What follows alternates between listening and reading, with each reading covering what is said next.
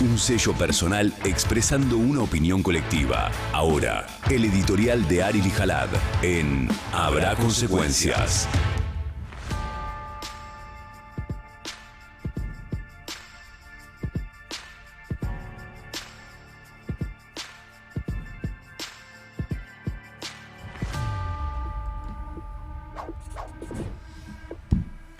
Bueno, si no vieron la película La Odisea, la que está ahora en el cine, se las súper recomiendo.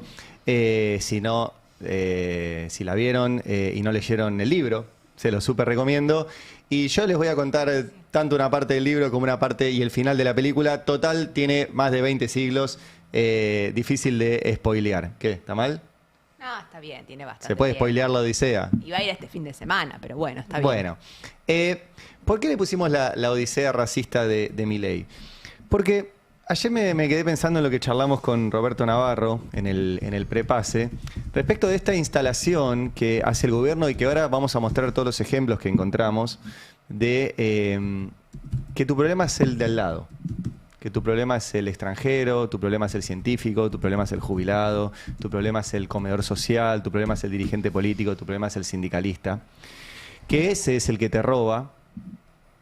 Todo para ocultar quién es el que te roba realmente. Esa idea, que no es nueva de Milei, digamos, la trajo a la última discusión argentina Jorge Lanata en su momento, planteando la grieta, ¿se acuerdan? Y Lanata planteó esa grieta como una grieta entre personas que pensábamos distinto. Milei insiste en que ahora la grieta no es solo entre que pensamos distintos, sino entre los que somos distintos, pero estamos al lado. Entonces, tanto Lanata como Milei hablan de una grieta horizontal, de una grieta donde o el que está al lado tuyo y piensa distinto, o el que está al lado tuyo y es distinto, ese es tu problema. Bueno, el operativo, sea de Lanata en su momento y sea de Milei hoy, es ocultar la grieta verdadera que existe, que es una grieta vertical. Que es una grieta entre los que tienen mucho y cada vez más concentrado y los que tenemos poco y cada vez menos. Y Milei hace eje en esa grieta horizontal para ocultar la grieta vertical en un punto muy claro que es el racismo. Que no solo es claro, sino que es grave. Porque el racismo en sus diferentes variantes a lo largo de la historia, lo único que ha traído es violencia, muertes, segregación, etc. ¿Y por qué la Odisea? Obviamente es un juego de palabras. Milei no es para nada parecido al personaje de la Odisea, a Odiseo. Pero la Odisea, les spoileo el final, total, repito, ya se escribió hace mucho tiempo. La Odisea habla de la ruptura de códigos. Habla de la ruptura de códigos compartidos. Habla de la ruptura de esos espacios que aún en las diferencias encontrábamos para que no se rompa todo, para poder encontrarnos, para poder darnos la mano, para poder darnos la espalda tranquilos. Y esa ruptura, en la película se ve muy bien, está personificada en Odiseo y en que él utiliza un truco de romper un código compartido para ganar una guerra. ¿Cuál es ese truco? El famoso caballo de Troya, ¿se acuerdan? Estoy contando cosas que ya saben, simplemente analizándolas. Caballo de Troya era un símbolo religioso que compartían tanto las tropas de Agamenón con las tropas troyanas. Era un símbolo de paz, un símbolo de terminó la guerra, solo que adentro del caballo de Troya se escondieron los soldados que después abren las puertas de los muros de la ciudad de Troya y permiten ganar esa guerra.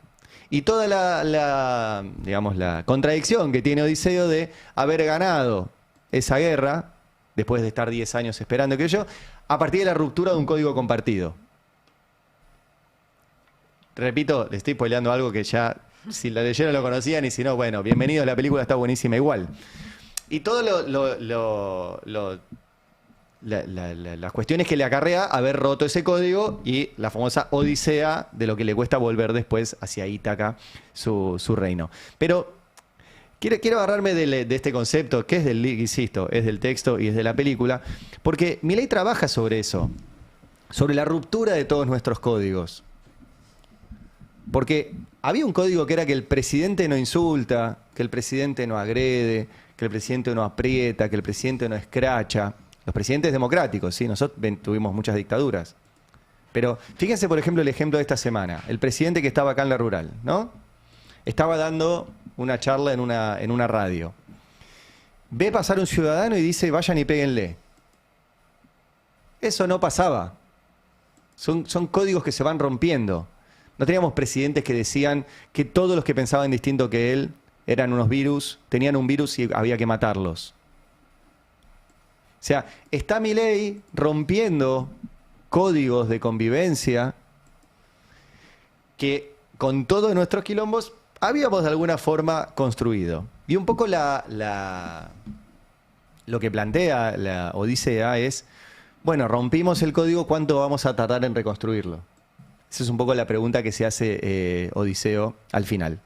Les spoileé la película, pero bueno, lo lamento, chicos. Vayan a verla igual. Son 3 horas hermosas para ir al cine y recontra vale la pena verla y leer el texto. ¿En qué contexto se da esta odisea racista de Milei? Bueno, en un contexto en el cual Milei está rompiendo absolutamente todo lo que existe en nombre de el problema era lo que existía. Voy a mostrar simplemente algunas cosas de ahora, ¿sí? Nosotros lo venimos siguiendo hace mucho, pero por ejemplo, sector textil, destrozado. Cayeron las ventas un 6,9%, el 85% de las empresas considera que su problema es el bajo consumo. Sector de la construcción, ¿sí? Tengo un tuit de Luis Campos que dice, el empleo registrado en la construcción en mayo no tuvo variaciones y se ubica casi 11% por debajo de la media de los últimos 20 años. La media de los últimos 20 años están rompiendo.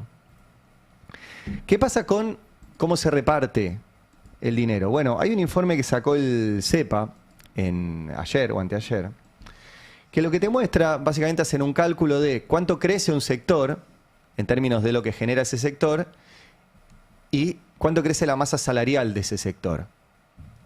Bueno, lo que vemos en este informe del CEPA es que los sectores que crecen, acá vemos actividades empresariales, inmobiliarias y de alquiler, intermediación financiera y minería, el valor de ese sector crece mucho más de lo que crece la masa salarial de ese sector. Debería por lo menos crecer parejo, ¿no? Un sector crece y crece la incidencia de la masa salarial del sector. Bueno, no.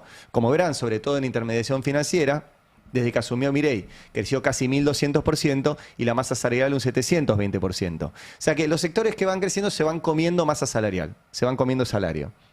Y en los sectores que caen, durante el gobierno de Milei, que es la siguiente, pasa al revés. Fíjense, en la construcción va medio parejo. En el comercio incluso la masa salarial termina superando lo que sucede en ese sector. ¿Por qué? Porque no están vendiendo. Entonces ahí la masa salarial pesa más. Y en la industria lo mismo. La industria salarial no crece y los salarios que tienen que acompañar un poquitito la inflación terminan ocupando más lugar en la industria. Tenemos también un achicamiento de nuestro salario porque aumenta todo. Ahora arranca agosto. Bueno, agosto se viene, está la nota del Destape, con aumento en transporte, en alquileres, en prepagas, en colegios, en servicios, en luz, en todo. También te va a empezar a comer el salario. Esto es un plan. Fíjense la nota, me interesó mucho la nota que publicó Cristian Carrillo en el Destape, porque dice, después no hay plata. Milei resigna recursos por beneficios al capital concentrado. La mayor pérdida de ingresos del Estado proviene de la eliminación y reducción de impuestos al comercio exterior, mientras que el IVA sigue retrocediendo por la debilidad del mercado interno. ¿Se entiende? O sea, Milei resigna plata del Estado para dársela a los ricos y encima la que debería recibir, que es la del consumo del mercado interno, no llega. Están los gráficos en la nota. Hago toda esta introducción medio rápido para que vean que hay un montón de datos que muestran cómo esta decisión de echarle la culpa al de al lado es para ocultar que en realidad hay un problema de verticalidad. Los que siguen haciendo plata se están llevando cada vez más plata. Y no es una crítica solo a los que hacen plata, una crítica al modelo económico de Milei y a cómo lo oculta. Ni hablar lo que pasa con los jóvenes, esto que contaba Emi recién, ¿sí? Este informe, y en este caso es un informe de la UADE que reveló que vivir cuesta 50% más que el salario promedio de un joven, ¿sí? Y el 44% de los jóvenes siguen viviendo con sus padres porque no pueden afrontar el costo del alquiler. La morosidad, ¿sí? Estos jóvenes que arrancan endeudados sin tener laburo y los que tienen laburo están recontra endeudados. Y ahí también hay una cuestión, quiero hacer un breve paréntesis, porque no es que no se pueda hacer nada.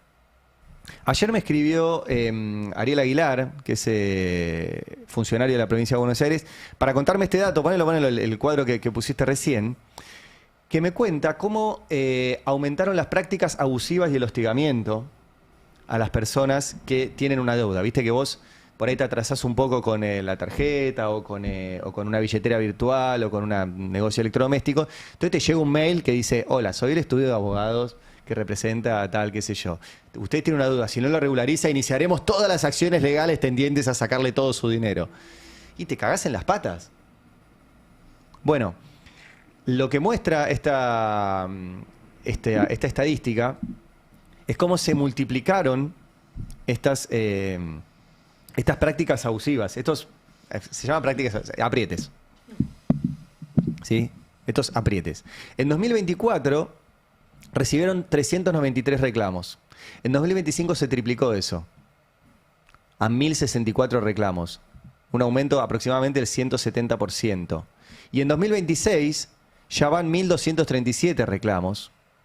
O sea, en medio año ya supera a todos los reclamos de aprietes por deudas que recibió este organismo de la provincia de Buenos Aires. ¿Sí? O sea, es tremendo que encima que los endeudan, los aprietan. O sea, te triplican la angustia. Hay un montón de características, están en lo que me mandó. Llamados y mensajes reiterados, WhatsApp y correo electrónico, en horarios hábiles e inhábiles. Claro, viste, te lo mandan un fin de semana, ponele. Estás tranca el fin de semana y decís, bueno, descansa un poco, pum, acordate que debes, Extensión del hostigamiento al círculo íntimo de la persona deudora, familiares, compañeros de trabajo, empleadores, vecinos e incluso exparejas. Divulgación de datos personales y sensibles, mensajes que simulan reclamos judiciales o notificaciones de embargo, amenazas de visitas con escribanos, inhibiciones o débitos de cuenta bancaria presentados como inminentes sin sustento judicial real, comunicaciones dirigidas a hijos menores de edad de la persona deudora y uso de terminología jurídica ambigua con fines intimidatorios y coercitivos en representación de un cliente, entre comillas, acreedor, ¿no? Entonces, por ejemplo, le llegan mensajes, ponen los ejemplos. Se programará una visita de escribano y la inhibición de la firma. Se programará una visita de escribano sobre bienes en domicilio y su débito de cuenta bancaria. O sea, esto le está pasando a millones de personas. Algunas hacen el reclamo. Y yo le diría que hagan el reclamo, porque no tienen que pagarlo si los aprietan así. No lo tienen que pagar. Tienen que informarse y asesorarse. Y acá está la línea 148 que estamos compartiendo y el mail infoconsumidor@mp.gba.gov.ar, ¿sí? O sea, si se están abusando de ustedes por una deuda que no pueden pagar, hay un lugar al cual recurrir, por lo menos en la provincia de Buenos Aires, capaz que en otras provincias también, Yo me enteré de este ayer y se lo estoy compartiendo, sobre todo porque lo que me decía Ariel Aguilar, que es el responsable del área, se nos triplicaron los casos de reclamo. O sea, la gente que decide reclamar. Bueno, reclamen, loco. Reclamen, hagan cumplir sus derechos y no están obligados a pagar si los aprieta un supuesto estudio de abogados por una deuda que tienen. ¿Querés decir algo? No, recuerdo cuando hace un mes el gobierno de la provincia de Buenos Aires intimó a Mercado Libre por las prácticas abusivas que estaban llevando a cabo. Sí. En ese caso, bueno, se hizo cargo el propio gobierno provincial, pero Sí. bueno, y avanzaban a través de la vía de defensa del consumidor. Total. Otro capítulo de esta odisea racista de Milei es que además sale caro desinvertir. Hay un informe del Instituto Argentina Grande que te muestra que recuperar las rutas nacionales, que a cualquiera que ande por ahí lo sabe, están destrozadas, va a salir 10 veces más caro de lo que nos hubiese costado mantenerlas. El costo de mantenimiento anual de las rutas nacionales es 4.000 millones de dólares. Recuperarlas es 40.000 millones de dólares. No tiene sentido lo que hace el gobierno de decir, bueno, freno la obra pública, freno todo porque no hay plata. No tiene sentido económico. No tiene sentido económico. Va a ser mucho más caro arreglarlas. También va a ser mucho más caro arreglar el sistema científico. Ayer hubo un nuevo recorte del sistema científico a partir de... ¿Mañana es primero? Sí. No, mañana es 30... Estoy haciendo lío. Mañana es 31. Pero bueno, no importa. A partir del sábado, que es primero, quedan sin cobrar ahora 400 científicos más. Y eso también es antieconómico. El Estado puso 4 años de licenciatura, 2 años de maestría, 2 años más de doctorado, 2 años más de postdoctorado, lo formó, invirtió en ese científico para que ese científico genere cosas acá. Y ahora lo tira a la basura. ¿Cuál es el sentido económico de eso? Ni hablar moral, ético, pero no quiero pasar por ahí. Pasarlo por lo... O sea, ¿cuál es el sentido que el Estado tira a la basura todo lo que hizo? Solamente para generar más plata para un pequeño grupo. Bueno, ayer compartió este mensaje Alberto Kornblit, yo se los he mencionado muchas veces, es de verdad, o sea, el título es el Messi de la ciencia.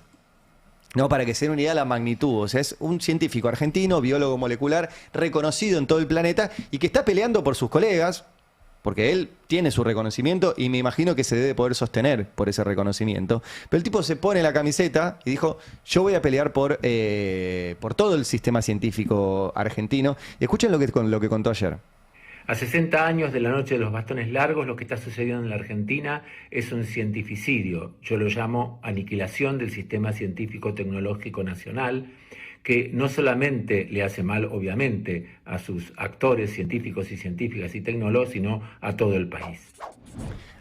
Ayer me compartió Alberto Kornblit una nota que firmaron científicos de todo el planeta, incluidos varios premios Nobel, como Paul Nurse, que es el presidente de la Royal Society de Londres, me dice probablemente la sociedad científica más prestigiosa del mundo, y donde están advirtiendo esto a los científicos del mundo, que obviamente reconocen a los científicos argentinos, los conocen, saben de su formación, saben de su capacidad, y dicen la totalidad de quienes habitan el planeta se beneficia con el legado científico-tecnológico argentino. ¿Sí? En ese sentido, dicen, de lo contrario, se avisora la destrucción de un sistema que tardó muchos años en construirse, del cual se benefició la humanidad en su conjunto y que requeriría muchos años más para ser reconstruido. Vieron que es lo mismo que las rutas, o sea, vos rompés el sistema científico, y es como romper las rutas también.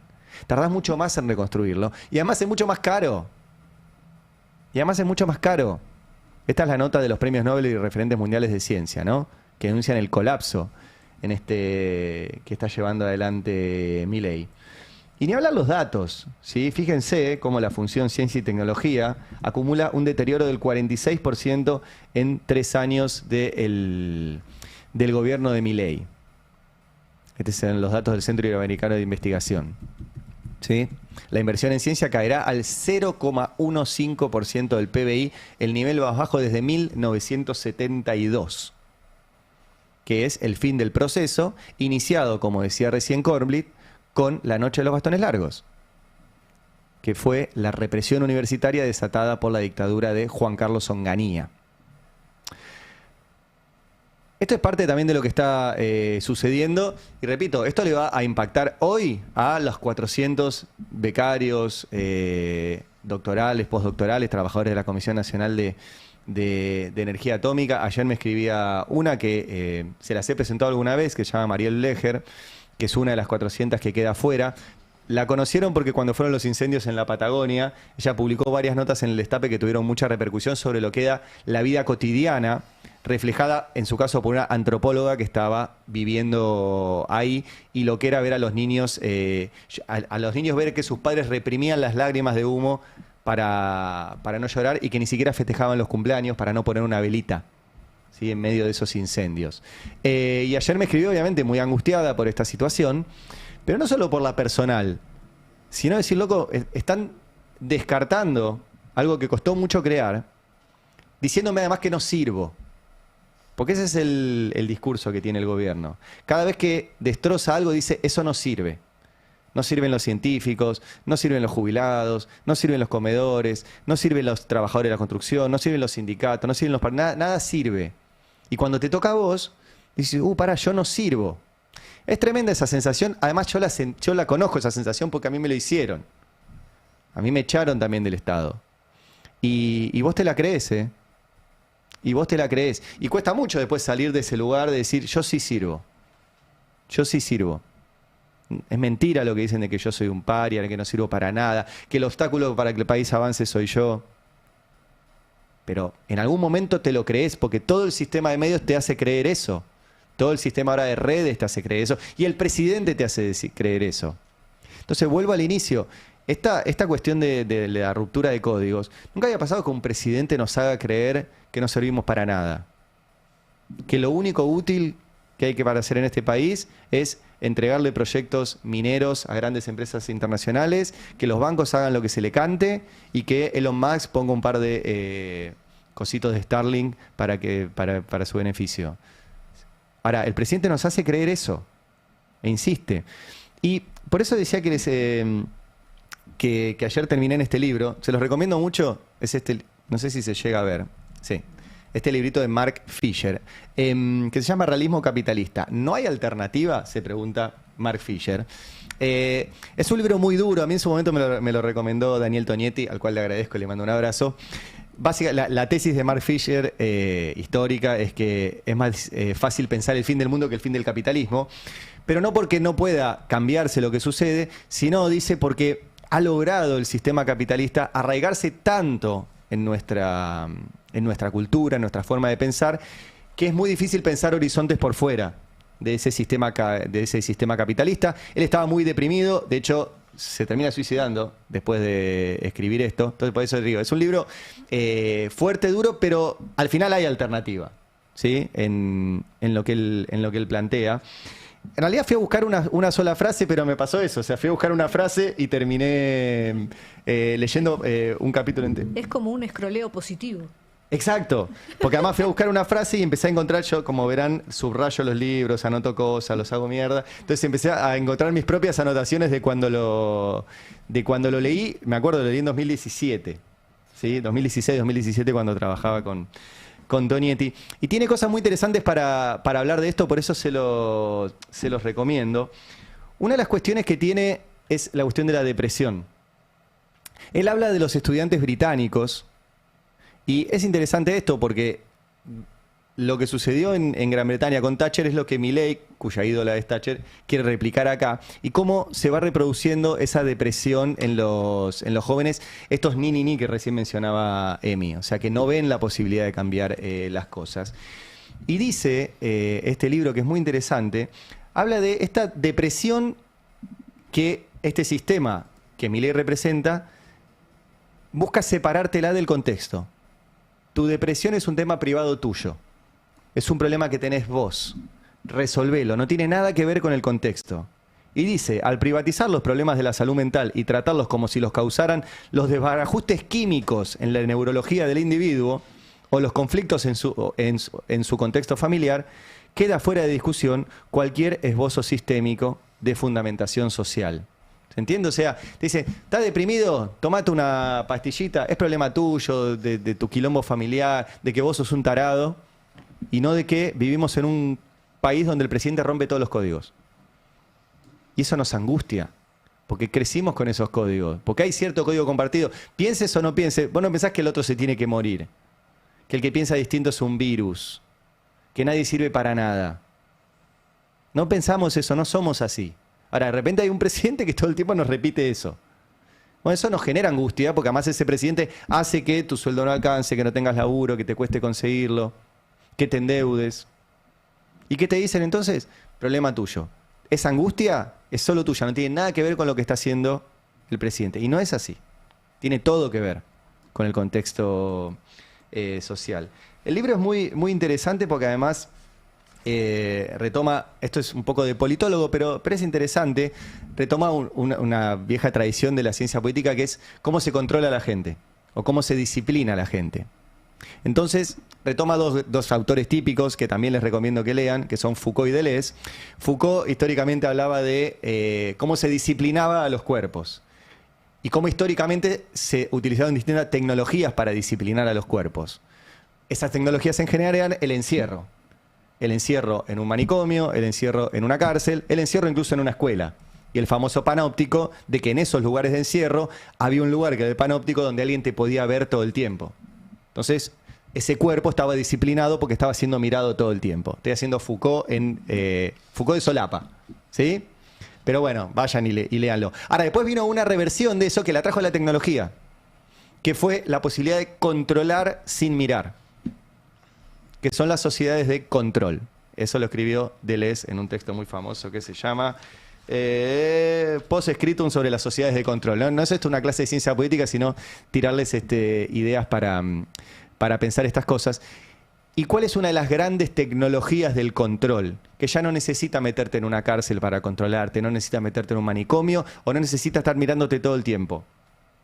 Las sociedades de control se basan en la deuda más que en el encierro. Es más fácil controlar a una población endeudada, a una población deprimida, a una población que no llega a fin de mes, que a una población que no está endeudada y que tiene la autoestima alta. Entonces, eso está planificado, está laburado. Yo había ido a buscar este libro, por suerte, por otra frase, que dice: la lucha de clases se sigue peleando aunque de un solo lado, el lado de los ricos. Porque una de las cosas que también nos metieron en la cabeza en esto de que no hay otro horizonte que el capitalismo, es que aquella idea de que existe la lucha de clases y que esa lucha de clases es vertical, no es horizontal, se había terminado. Bueno, no se terminó. Sigue siendo una discusión. Y esto no es muerte a los ricos, vamos a tomar la Bastilla. No estoy planteando eso. Lo que digo, y vuelvo al inicio, es que esta odisea racista de Milei, de que tu problema es el de al lado, es para ocultar que tu problema es el de arriba. Es el que se queda con lo tuyo, es el que te saca, es el que te endeuda, es el que te deprime. Y es ahí en donde hay que ir a tocar. Les recomiendo mucho este libro, que además me trajo algo muy, muy gracioso. Encontré la invitación, estaba dentro del libro, la invitación al cumple de 89 años de Eve, de Bonafini. De casualidad, ¿eh? Y fue tremendo porque encima venía con instrucciones. La invitación, esto me pasó ayer y fue muy divertido. Porque me invitó Eve a su cumpleaños 89 y tenía instrucciones. No traigas regalo. Habrá una urna para dejar dinero que será utilizado para pagar el medio aguinaldo de los trabajadores de la dignidad que decidieron quedarse junto a las madres. Estaba prohibido llevar regalos a los cumples de Eve, porque regalos para Eve. Vos podías llevar cosas y todo eso se donaba a la cantidad de proyectos sociales en los cuales estaba involucrada Eve y las madres de Plaza de Mayo. Y cuento una anécdota que ya la conté, pero ahora que somos más, por ahí sirve, de que Eve es un personaje maravilloso y uno de los grandes constructores de nuestra verdadera odisea, que fue tener un país en paz. Eve y las madres fueron las que, y esto lo puede dar obviamente mucho más Fer Alonso, que vivió la recuperación democrática, Eve y las madres fueron las que nos enseñaron a que nuestro código era la paz, la no venganza, la búsqueda de verdad, de memoria, verdad y justicia, pero nadie de nosotros dijo que había que torturar, que asesinar, que matar a los genocidas, a los terroristas, a los que pensaban distinto. Y por ahí a alguien se le había ocurrido, pero las madres nos enseñaron que no. Por eso fueron tan importantes. Y por eso Milei es tan rupturista en este pacto. A mí me impresionó recién lo que mostró Demi, de que hay muchos jóvenes, mayoritariamente, que en esta encuesta dicen: estoy a favor de la pena de muerte. No vivíamos en esa sociedad. Es más, yo no creo que vivamos en esa sociedad. Yo creo que eso debe ser un dato de esta circunstancia y que lo podemos cambiar. Y ahí está la cuestión de, bueno, ¿qué puedo hacer yo frente a todo este poder? Y me hizo acordar esto de Eve. Son todas casualidades, pero a mí me alimentan para estas cosas. Una vez que la fui a ver a Eve, y Eve estaba muy contenta porque había comprado un planiferio, un mapita, y estaba contenta y lo estaba colocando ahí. Eve tenía una oficinita que era muy chiquita, tipo entraba a un escritorio y nada más, y había puesto el planiferio. Y le digo: ¿qué haces con esto? Me dice: no, estoy recontenta porque no me acuerdo qué día era, póngale hoy, como hoy, un jueves, hoy viene tal y le voy a dar clases. Digo: ¿cómo clases? Me dice: sí, porque yo el otro día descubrí que uno de los pibes que labura con nosotros es analfabeto. Digo: ¿cómo descubriste eso? Y me dice: sí, porque nos habíamos sentado a comer y yo vi que él miraba el menú pero no lo entendía. Y me di cuenta que ese pibe, que tenía más de 20 años, no sabía leer. Y le pregunté y efectivamente no sabía, entonces le dije: yo te voy a enseñar. Entonces me dice: yo todos los días le dedico 1 hora de mi día a darle clases a este pibe. Eve me prohibió que yo cuente estas cosas, pero bueno, como no está y la extraño mucho, voy a decidir hacer como hacía ella y no hacerle caso. La historia es, ¿cuántos de ustedes le dedican 1 hora por día a darle una mano a alguien porque sí? Eve, que ya era Eve, todos los días de su vida le dedicaba un montón de tiempo, básicamente toda su vida a darle cosas a otros, pero 1 hora de su día a enseñarle a leer y escribir a un pibe que laburaba con ella que no sabía. Cuento esa historia pegada a todo esto, porque vos decís, bueno, pero me hablas de autores, de Foucault, de Odisea, de Homero, de cosas muy grandes. ¿Qué puedo hacer yo frente a eso? Bueno, todos los días tratar de hacer, aunque sea algo chiquitito, para recomponer esos lazos sociales que esta odisea racista de Milei intenta romper todos los días. Se puede. Se puede. Estos espacios son eso. Y cada uno en su espacio, si sos comerciante, si estás en tu laburo, si estás en el club, si estás en la parroquia, en donde estés, se puede reconstruir eso. Se puede. Porque hay que combatir esta búsqueda del enemigo constante que tiene Milei. Miren, todo el plan de Milei es todo para beneficiar a esos de arriba. ¿La reforma laboral te benefició a vos? No. Es simplemente para que los ricos puedan despedir más barato. Es más, gratis. Y paguen menos. ¿El RIGI te beneficia a vos? No. Es una baja de impuestos a grandes empresas. Y el super RIGI a super grandes empresas. No es para vos. ¿La baja de bienes personales te benefició a vos? No. Es para los ricos. ¿La baja de impuestos a los autos de lujo te benefició a vos? No. Es para los ricos. ¿El crecimiento del agro te benefició a vos? No. Es para 10 cerealeras. ¿El boom de vaca muerta te beneficia? No. Ni siquiera en Neuquén beneficia un pedacito de Neuquén. No. Lo que se viene, lo que está proponiendo Milei, la extranjerización de las tierras, ¿te beneficia a vos? No. Entonces, ¿cómo la culpa de lo que te pasa a vos la puede tener el de al lado y no el de arriba? O sea, eso es lo que está intentando, repito, o por lo menos pienso yo, y me disparó todo esto, lo que dijo, lo que charlamos ayer con Navarro. Y lo que armamos fue un montón de momentos en los cuales Milei hace esto. Incluso hoy. Hoy hay un decreto en el boletín oficial, ¿sí?, informado por el gobierno además, que dice que van a expulsar del territorio argentino a todo extranjero que digiere o incitare mensajes de odio, discriminación y o violencia contra el pueblo argentino o sus ciudadanos, bla, bla, bla. O sea, los tipos, ahora parece que el problema nuestro es la campaña esta supuestamente argentina y quieren expulsar o prohibir el ingreso de cualquier persona que ponga algo en una red social y no le guste al gobierno. Ni hablar de que es una barbaridad que lo haga por decreto porque no hay ni necesidad ni urgencia frente a esto. Es otra más de esta odisea racista, donde la culpa siempre la tiene el que está al lado tuyo. Pero al lado tuyo, por ejemplo, un jubilado. Vamos a repasar todos los culpables, según Milei, de que vos estés mal. Mirá, por ejemplo, en este caso Caputo hablando de los jubilados. Mirá.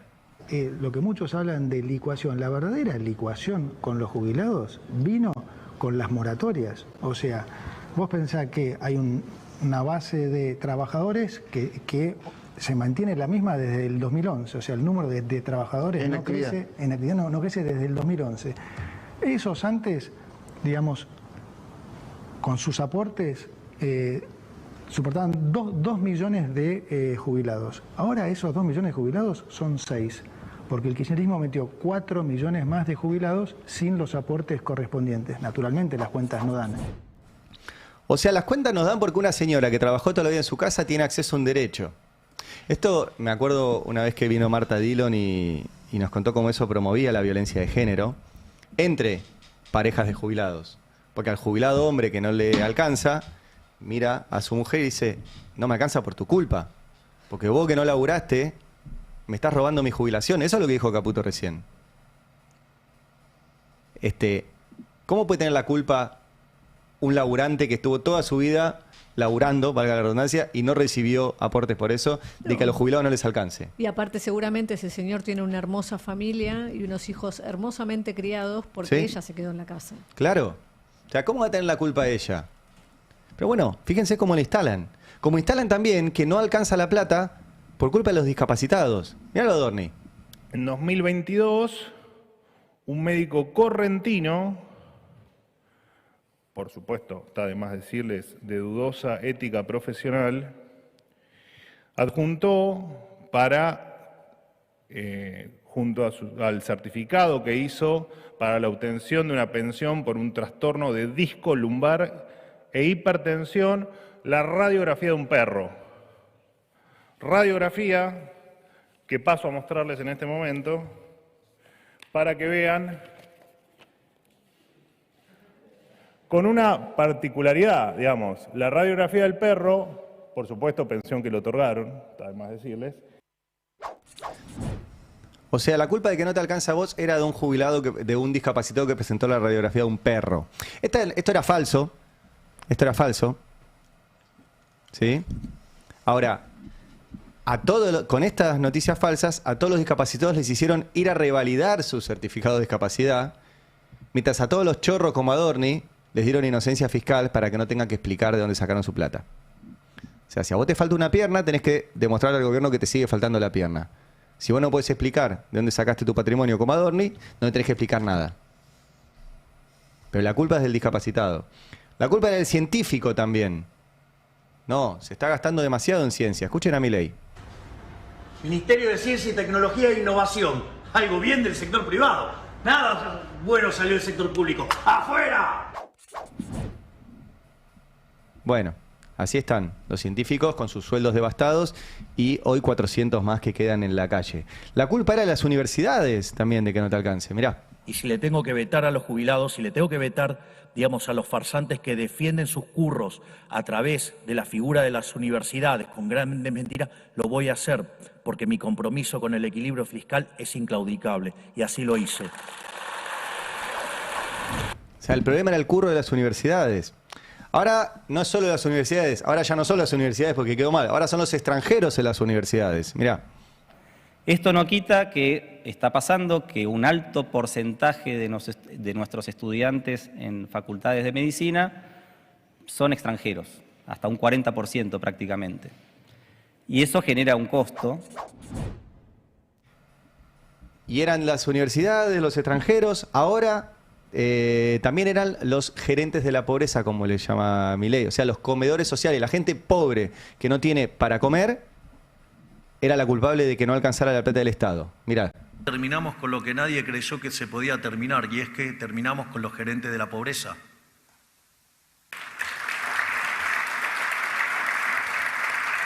En un comportamiento muy valiente de la ministra Sandra Petovelo, la cual les recuerdo que al inicio del gobierno, cuando le cortamos a estos delincuentes ese canal por el cual robaban a los más vulnerables, la tuvieron sometida a una presión mediática desmesurada para que la echara. Bueno, o sea que el problema era la gente que no tenía para morfar. La presión mediática desmesurada es lo que publicamos acá en el Destape, de que la ministra Petovelo tenía guardados 5 millones de kilos de comida y se le estaban por vencer, comida que correspondía a los comedores y que la tenía que entregar. Y no la entregaba porque decía que había intermediarios. Bueno, ¿qué hizo el gobierno? Cambió de intermediario, puso a Abel Albino, un tipo que para darle la comida a la gente le exigía que piense como él. ¿Qué piensa él? Que no hay que usar preservativos, que no hay que prevenir las enfermedades de transmisión sexual. Eso piensa Abel Albino. Y una nota de 9 Barral Grijera mostró cómo, para recibir algo de la Fundación de Abel Albino, tenías que demostrar que pensabas como él, que eras antiderechos. El problema no eran los intermediarios. Pero además, otra vez, no alcanza la plata porque hay comedores fantasma, decía el gobierno. Después la diputada Natalia Saracho dijo, ¿me mostrás la auditoría de los comedores fantasmas? Bueno, no existía. No la habían hecho la auditoría. Y después, el otro gran enemigo eran los empleados públicos. A vos no te alcanza la plata, vos estás deprimido, vos estás endeudado por culpa de los empleados públicos. Escuchalo a Milei. Es decir, la gente entendió que ajustar al fisco es devolverle el dinero a la gente y la gente está mejor. La crueldad, sí, soy cruel, cucas inmundos, soy cruel con ustedes, con los gastadores, con los empleados públicos, con los estatistas, con los que les rompen el culo a los argentinos de bien. Ahí tenés la odisea racista de Milei. Esta ruptura de nuestros códigos. Los presidentes no eran crueles. ¿sí? Tenían distintos tipos de ideología, prioridades. Alguien me podrá decir, Macri fue cruel. Bueno, sí, bastante. Pero no así. No así. Y Milei está rompiendo todos estos códigos como si fuera culpa de esos 70.000 trabajadores del Estado que despidió, que los dejó en la calle, sin laburo. A los que tienen laburo les bajó el sueldo. Están un 25% abajo en términos reales que cuando asumió Milei.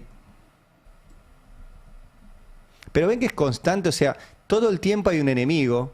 Los extranjeros, los científicos, los discapacitados, las universidades, los empleados públicos, los cucas. Siempre hay alguien culpable de que vos estés mal.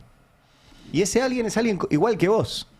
Porque yo tengo mucho más que ver con un empleado público, con un sindicalista, con una persona con discapacidad, con un universitario, con alguien que está en un comedor social, que con Galperín. O sea, Galperín es más parecido a un marciano que a nosotros. Entonces, esta odisea racista es para que vos todo el tiempo le eches la culpa al de al lado y no mires para arriba. Como recordaba Navarro ayer, don't look up. Bueno, se puede cambiar. Va a costar tiempo, va a haber que laburar para reconstruir esto, pero se puede. Y el otro tema que quería mencionar, porque además en esto de eliminar al otro y sobre todo de impedir que alguien intente cambiar las cosas, está la situación de Cristina. Cristina fue el punto máximo de todo un proceso de larga persecución judicial a los que piensan distinto. Un proceso que lo inició Mauricio Macri, que, por ahí, pensando un poco, también rompió cierto código que había en la Argentina. En la Argentina no es que el Poder Judicial funcionara bárbaro hasta que llegó Macri, pero se utilizaba el Poder Judicial para frenar cosas. No se utilizaba el Poder Judicial para perseguir a los que piensan distinto. Macri inaugura esa era. Con Comodoro Pi de aliado, con la Corte Suprema de aliada, con un montón de sectores de la política aliados, inclusive, como comentábamos hace un rato, el caso de Pichetto, que no solo le dio a Macri la posibilidad de que tenga una Corte Suprema designada por él, sino que después de que Macri se dedicó a perseguir, hostigar, espiar a todos los propios y ajenos, Pichetto lo acompañó para ver si lograba una reelección. Digo porque ahora aparece como el paladín de la lucha contra la persecución judicial. Bueno, el caso es que un montón de perseguidos, Julio De Vido, Amado Vudú, presos, apretados, etc. Y terminó con Cristina. En una causa de las tantas que le armaron, una condena absolutamente irregular, trucha, armada, con los jueces que jugaban al fútbol en la quinta de Macri, los fiscales, bueno, todo eso que ya sabemos. Y Cristina está presa en este momento. Bueno, ayer se presentaron sus abogados, tanto Carlos Beraldi como otros dos abogados que contrató a nivel externo, que se llaman Javier Borrego y Rafael Balim, un español y un brasilero. Decir, bueno, vamos a ir a Naciones Unidas para que Naciones Unidas le diga a la Argentina, che, esto fue un desastre. Revean toda esta persecución. Ahora, tiene varios problemas esto, que es lo siguiente. Ayer uno de los abogados dijo, bueno, para mí Cristina se puede presentar a las PASO. No, eso descártenlo, eso legalmente no se puede. Para presentarte a una PASO tenés que estar en el padrón y Cristina está mal excluida del padrón. Pero está excluida del padrón. Por ende, no se va a poder presentar a una PASO por más de lo que diga este abogado español. El abogado brasilero sí fue un poco más inteligente, si quieren lo escuchamos, es el tema número 39, porque él dice que quiere una cautelar que suspenda la inhabilitación perpetua que tiene Cristina para ejercer cargos públicos. Mirá. Hay un pedido cautelar de suspensión de la inhabilitación perpetua.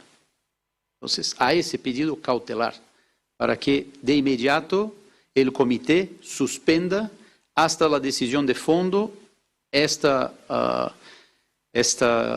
sanción que contradice, que vulnera precedentes clarísimos del propio comité. El comité no permite inhabilitaciones perpetuas. Para mí eso es un tema fundamental y es una locura que incluso si la condena estuviera bien, que está mal, alguien quede de por vida impedido de tener vida política activa, esa muerte civil perpetua. Es realmente una locura que exista esa figura. En el caso de Cristina están mal las dos cosas. Está mal la condena a los 6 años y está mal la inhabilitación perpetua. Ahora, esto no es un tema judicial, evidentemente. Si fuera judicial, Cristina estaría libre. No tiene que ver con lo que dice la Constitución, ni el Código Penal, ni el Código de Procedimiento, ni lo que debería pasar. No es un tema judicial, es un tema político. Y sobre todo es un tema político porque, por un lado, lo de la ONU va a demorar mucho tiempo. No es que la ONU se reúne mañana y, oh, che, llamó Cristina, vamos. No pasa eso. Y aún si la ONU dice, che, esto está todo mal hecho, no es que la ONU tiene poder sobre lo que sucede en la Argentina judicialmente. No sucede eso. No va a pasar. Ni hablar de que no es como el caso de Lula, de que Lula todavía no había definido la Corte Suprema. Entonces la ONU intervino en el medio y la Corte Suprema los liberó a Lula, y tampoco lo liberó por una cuestión judicial, lo liberó por una cuestión económica. Los empresarios más importantes de Brasil ya estaban hartos de Bolsonaro y dijeron que vuelva Lula y que ordene este quilombo. Acá no sucede eso. Acá no sucede eso. Pero sí veo que hay una parte que es política. De hecho, ayer Máximo Kirchner habló en radio y dijo esto. Te voy a explicar otro lugar. Mira, cualquiera que quiera ser candidato puede serlo. ¿Está? Cristina no. Así que si alguien tiene vocación de decir, quiero ser candidato a presidente, quiero gobernar a Argentina, lo dice. Nosotros queremos que sea Cristina. Y Cristina está demostrando, incluso en esta carta que publicó y en todos los lugares, su vocación de querer participar en la vida política argentina. Cuando alguien tiene vocación realmente de cambiar el destino de los argentinos y argentinas, de participar, no se haga nunca en esa disputa de querer llegar a hacerlo. Entonces Máximo ayer volvió a repetir Cristina candidata en esta entrevista que le hacen Cintia García y Roberto Caballero. Y quería comentar varias cosas de esto.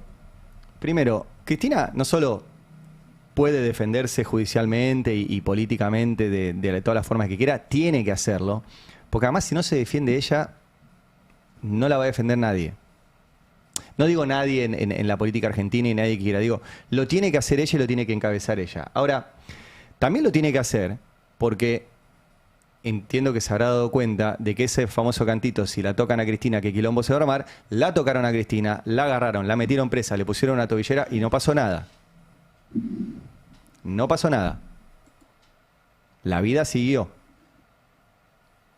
Para todos. Excepto para ella que está presa.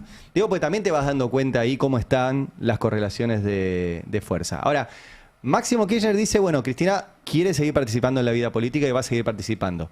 Bueno, no está impedida de participar en la vida política como lo está haciendo, sí está impedida de tener algún cargo político.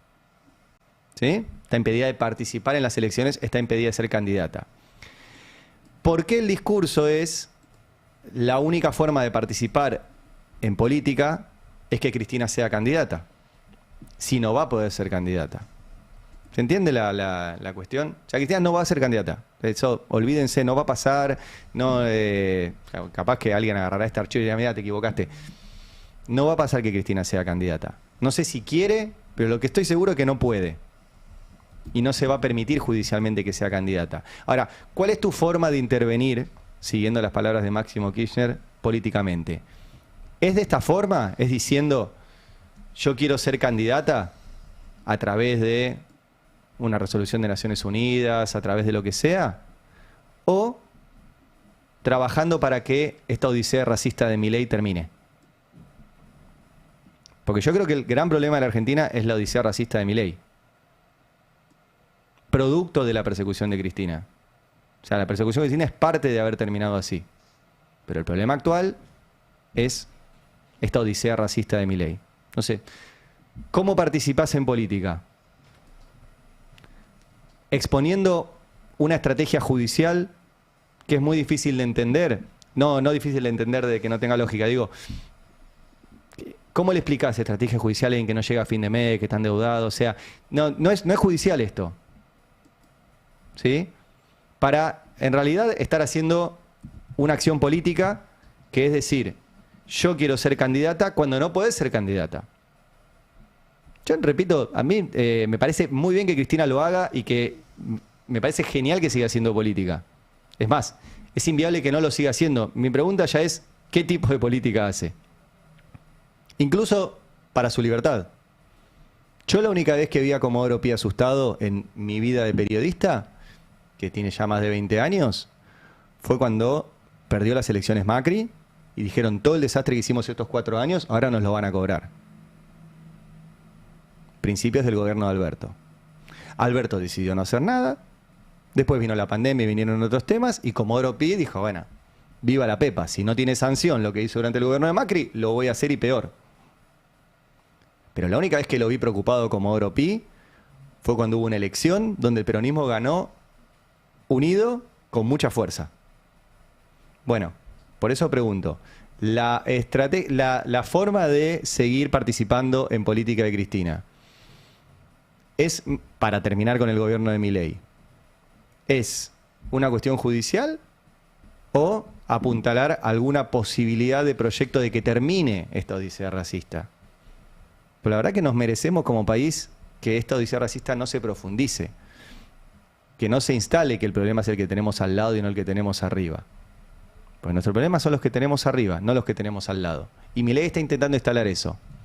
Bueno, yo pienso que no es una buena idea todo el tiempo hablar de una cuestión judicial cuando estamos hablando de política. Y si estamos hablando de política, creo que la mejor estrategia no es la cuestión judicial asociada a una candidatura, sino es apuntalar cualquier tipo de proyecto que permita que no gane Milei. Eso es lo que yo creo. ¿Qué piensan ustedes? Te veo muy pensativa.